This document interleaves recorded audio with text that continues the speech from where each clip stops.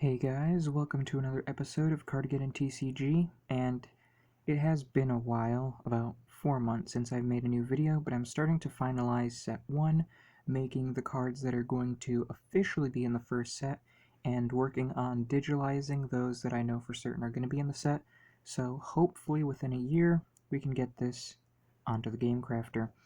This is the 7D deck 2.0. It's not really a 7D deck anymore. There's a kind of small 7D engine in it, and it is more just generic humanoid combo based. And another thing I got to preface this video with is that there's a new rule.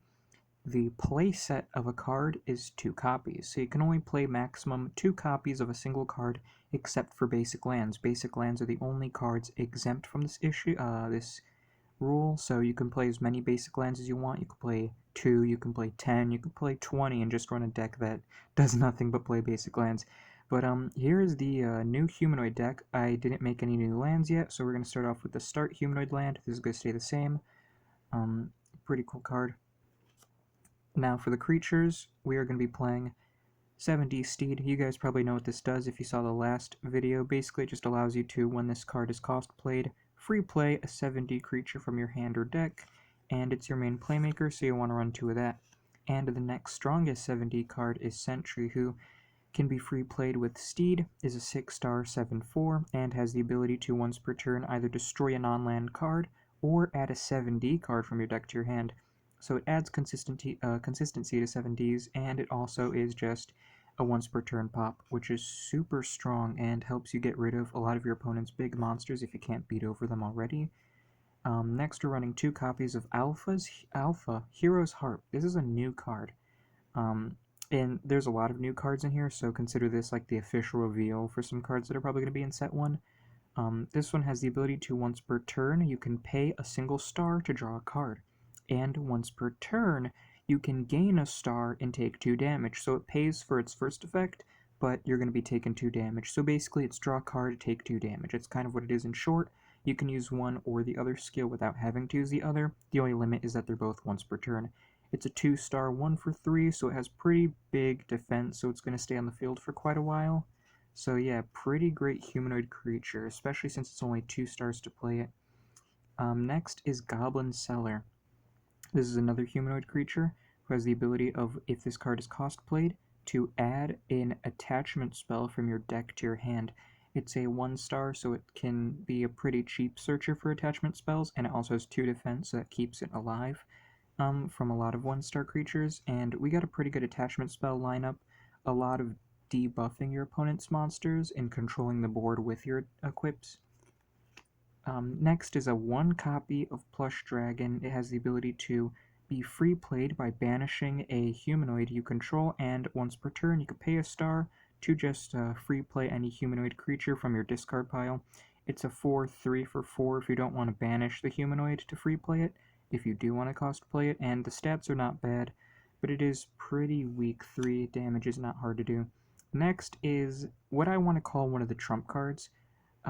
They're basically like the Power 9, the Pot of Greed. It's just like the super powerful cards for my game, and I think this is definitely one of them. Being able to discard a humanoid card to draw 2 cards, you're going +0, but it's free since it costs 0 stars, and you're getting 2 brand new cards, and with cards like Plush Dragon, you kind of want cards in your discard pile, so that way you can free play them back on the field for cheap. And you run 2 copies of it. And next is a one-off utility spell called Gifts of the Star Child. It has the ability of all players draw 1 extra card during their normal draw.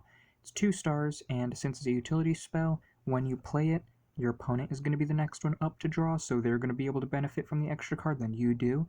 But since it's a generic utility spell, you can probably like run this in a deck meant to mill out your opponent as fast as possible, and putting in cards like Dark Ascent so you can continue to shuffle your discard into your deck, and maybe have some sort of combo where you focus on just making your opponent run out of cards and win like that.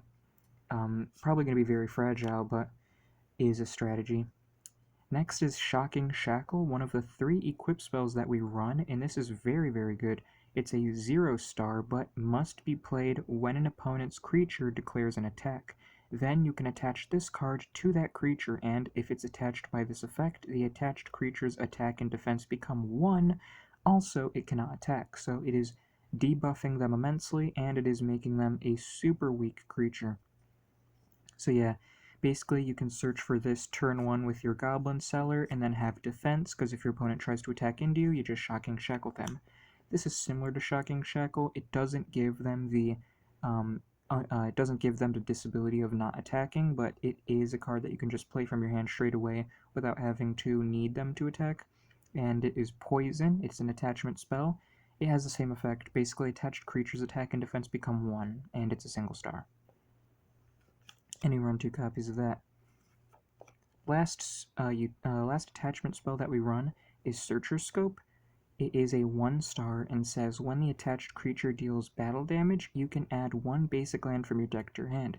You can do 2 things with this. You can attach it to your strong creature and then just use it to attack your opponent and gain the lands, or you can give it to an opponent's creature and then stop them from attacking you because they don't want you to get that land. You're getting advantage from them doing damage to you. So if you don't have a solid turn 1 play, like let's say you have this in hand and you don't have another land, but you want to use Steed so you can summon a 70s Sentry, well, you can hold onto the Steed just to give their thing Searcher Scope, and when it hits you, you could search for another land so you can play your Steed and be able to use its effect to summon out another guy.